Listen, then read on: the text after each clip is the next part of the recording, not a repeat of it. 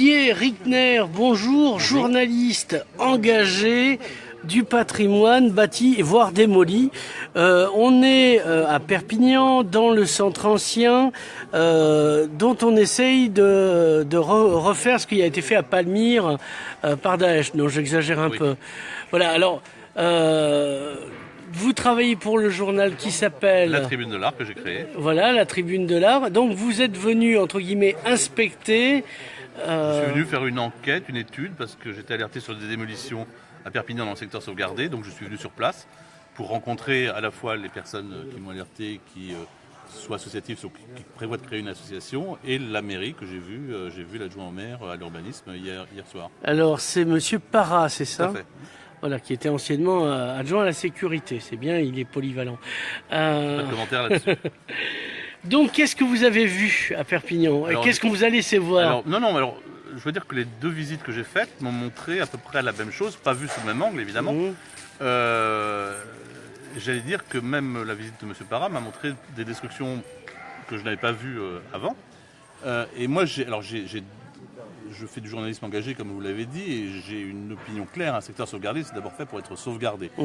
Alors, il y a eu des démolitions récentes, dont M. Parra me dit, et j'ai eu des documents qui montrent, en tout cas, qu'il y a des experts. Donc là, on parle de la pharmacie de l'Oncle, voilà, là où on est. C'est un exemple, parce que c'est là-dessus que j'ai été alerté en juillet. Alors, c'est extrêmement dommageable. Ce que je sais, c'est que moi, je n'ai pas le moyen de dire le contraire. J'ai des éléments qui m'envoient des éléments... tel expert, la DRAC, tout ça, la BF, dit ça va s'écrouler dans la rue. Et on voit qu'il y a des endroits dans Perpignan où ça s'est écroulé. Alors, pourquoi avoir laissé une situation comme ça ? C'est pas forcément quelque chose de facile ou non. Sur ce plan-là, je donnerai l'opinion de tous, de chacun, celle de la mairie, voilà. Mais je n'ai pas d'opinion, moi, personnellement, là, ce qui m'arrive. Moi, je fais du journalisme engagé, je donne mon opinion, là, je ne la donne pas. En revanche, sur la révision du secteur sauvegardé, il y a un certain nombre de destructions qui, pour moi, ne sont pas normales, ne sont pas admissibles. Quand il y a un secteur sauvegardé, on ne peut pas revoir un secteur sauvegardé pour dire qu'on va faire une percée supplémentaire. On ne peut pas enlever devant l'université tout un pâté de maisons qui est protégé actuellement par le secteur sauvegardé. C'était il n'y a pas si longtemps. On a décidé de protéger ça. C'est pas pour aujourd'hui le détruire parce que une municipalité souhaite le détruire. Alors ils ont leurs opinions, ils ont leurs raisons, qui est on veut plus de lumière, Bon, dans ce cas-là, il faut tout raser du secteur sauvegardé parce que le secteur sauvegardé est quand même très encaissé. Donc moi, je suis opposé à ça. C'est tout le problème d'une ville qui est sortie des terres au Moyen-Âge. C'est forcément comme ça. Mais bien sûr, c'est comme ça. Et il y a plein d'endroits moyenâgeux où il n'y a pas beaucoup de lumière. Tant pis, il faut aller habiter ailleurs. Dans ce cas, si on n'aime pas ça, ou on habite là et puis on le fait avec. Et puis en plus, c'est pas vrai, il y a des endroits où il y a de la lumière. Ça dépend du moment du jour. Enfin, on va pas commencer à casser des maisons sous prétexte qu'il n'y a pas suffisamment de... Oui, mais on rase la ville à ce compte-là. Exactement. C'est pour ça que moi, personnellement, j'écoute les uns et les autres, mais il y a des choses pour moi qui sont intangibles. C'est qu'un secteur sauvegardé est fait pour être sauvegardé. Et je suis absolument opposé à la destruction de maisons anciennes, d'un parcellaire ancien, d'autant plus quand il s'agit simplement de faire le vide. Alors là, qu'est-ce que vous avez été faire un tour à Saint-Jean, vous avez vu ces rues qui sont pleines de poutrelles de fer, barrées, etc. C'est incroyable ça. Oui, ce qui est sûr, c'est que c'est pas une situation manifestement qui date d'aujourd'hui, c'est qu'il n'y a pas d'entretien. Alors il y a un problème effectivement, l'historique qui est avec une population qui est comme très pauvre. Enfin, c'est très compliqué. Oui. Je veux pas propriétaire. Pardon ? Et qui est propriétaire ? Voilà. Donc c'est quand même une problématique extrêmement compliquée. Je pense qu'il faut maintenant qu'on sait qu'il y a des immeubles qui s'écroulent, il faut absolument faire un bilan global et puis empêcher que ça s'écroule là où ça doit se faire. Alors effectivement, ça n'est pas forcément simple. En revanche, je pense que quand on est élu d'une maire, personne n'oblige quelqu'un à être maire. Il y a des problématiques difficiles, il faut les assumer. Je dois dire quand même aussi que si je suis critique par rapport à ce plan de sauvegarde, j'ai vu quelque chose que moi je n'ai pas vu ailleurs. C'est des églises qui sont bien entretenues. Et ça, je suis très sensible à ça. Je suis agnostique personnellement. Je m'intéresse au patrimoine, donc je fais pas de politique. C'est-à-dire que je tape aussi bien à gauche qu'à droite. Et je dis du bien aussi bien à gauche qu'à droite quand les politiques font bien leur boulot. Sur le secteur sauvegardé, j'ai beaucoup à dire et je le dirai et je l'écrirai et je vous le dis. Il y a des choses absolument inadmissibles. On ne revoit pas un secteur sauvegardé pour le détruire en partie. Ça, non. Mais en revanche, j'ai vu des églises restaurées, comme j'en ai vu nulle part ailleurs. Je ne connais pas de ville où toutes les églises anciennes de la ville sont restaurées dans cet état-là. Et en plus, on les sont ouvertes. Donc ça, c'est un point positif. Donc je ne comprends pas qu'une mairie qui s'intéresse d'un côté au patrimoine, de l'autre côté, s'apprête à détruire des ensembles de pâtés de maison. Ça, je ne comprends pas.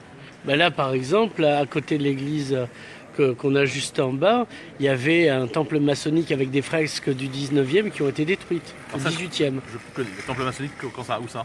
Juste là, juste Ah oui, derrière. Ouais. Là, c'est pareil, là, j'ai pas suffisamment d'éléments pour en juger. Est-ce qu'il y a des choses qui ont été détruites ou non? C'est ce que vous dites. Là, ils disent que non, ils vont mettre en valeur. J'ai pas les éléments là pour ce truc-là. Honnêtement, j'ai pas les éléments factuels, donc je ne sais pas. Je ne sais pas. Donc, vous allez faire un compte rendu dans votre journal? Je vais faire un compte rendu, je vais faire un article. Oui, un article. Je vais faire 2 articles, d'ailleurs un article pour dire à quel point ça me paraît choquant un certain nombre de destructions prévues. Il y a au moins 4 ou 5 endroits qui me paraissent choquantes, parce que ce sont des parcellaires anciens, ce sont des maisons anciennes, maisons qui devaient être sauvegardées dans le plan de sauvegarde actuel et qui ne le sont pas. Je vais parler également de ces démolitions dont certains disent qu'elles n'étaient pas nécessaires, d'autres qu'elles sont nécessaires, et ça je n'ai pas les moyens actuellement là-dedans de juger. Je vais parler du baptistère, qui là, pour moi, est absolument inadmissible d'avoir détruit ce baptistère, quel que soit l'état du baptistère. Parce qu'on nous dit, là on va me sortir aussi un rapport d'experts, etc. Très bien, ça c'est un bâtiment construit par Bénouville, qui est un architecte de 1900. Le presbytère, donc. Le presbytère de la cathédrale. Ça appartenait à la mairie, donc là il n'y a pas de problème de propriété. Peut-être qu'il était effectivement en très mauvais état, mais ça, on restaure un bâtiment comme ça, surtout à côté de la cathédrale, qui est un assez beau bâtiment du 19e siècle, par un architecte intéressant et important. Et ça, pour moi, c'est inadmissible d'avoir fait ça. Je ne jugerai pas en revanche des démolitions hautes parce que là j'ai pas les éléments. Et deuxième article, je pense que je vais faire un article parce qu'il y a beaucoup de villes qui devraient s'en inspirer, la première étant Paris, sur la politique de restauration, mais complète, avec des peintures murales 19e, avec des objets, etc., qui sont en parfait état maintenant, de restauration des 3 églises et de la cathédrale également. L'État fait bien son boulot ici, la cathédrale est très bien restaurée. Donc ça je vais le dire aussi parce que c'est important quand même de dire aussi des choses qui vont et des choses qui ne vont pas. Alors, la question, ça sortira quand, cette histoire? Alors, écoutez, dès que j'aurai écrit l'article... Parce que vous nous faites la bande-annonce, vous nous mettez en appétit... C'est vous qui me demandez, hein. C'est pas moi qui vous l'ai proposé, la bande-annonce. Oui. Je vous mets en appétit, ça sortira dès que je l'aurai écrit, sachant que comme si vous allez sur la Tribune de l'Art, vous verrez qu'on écrit beaucoup d'articles. On n'est pas très nombreux, hein, on est 3 en tout. Ça se trouve dans les kiosques, il y a un site internet? Pas du tout, c'est uniquement internet, c'est un pure player. D'accord. Donc c'est uniquement sur internet, donc latribunedelart.com. Tous les articles de moins de 2 mois sont accessibles pour Toul. Après, c'est en archive, c'est payant. Il faut s'abonner pour la modique somme de 50 € par an. Si vous ne vous abonnez pas, vous avez uniquement accès à ça. Mais les articles sur mes combats, donc par exemple l'article sur le secteur sauvegardé de Perpignan, sera en accès libre tant que vos problème ne sera pas résolu. Ce qui me permet d'être repris beaucoup par la presse.